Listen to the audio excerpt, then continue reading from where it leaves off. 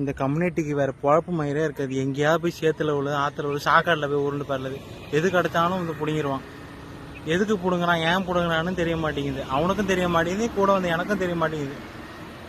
Community உனதான்டா.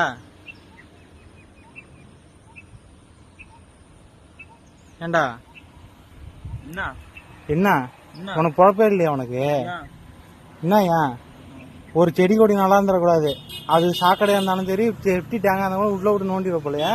அழகான செடி சாக்கடையில போட்டு வீணாக்கி வச்சிருக்காங்க. அதுக்கு நான் வந்து மறுவாழ்வு கொடுக்கலாம். மறுவாழ்வு இங்க ஏன்டா சாக்கடை அதுவே நல்லாதான் பூத்து குலுங்குது.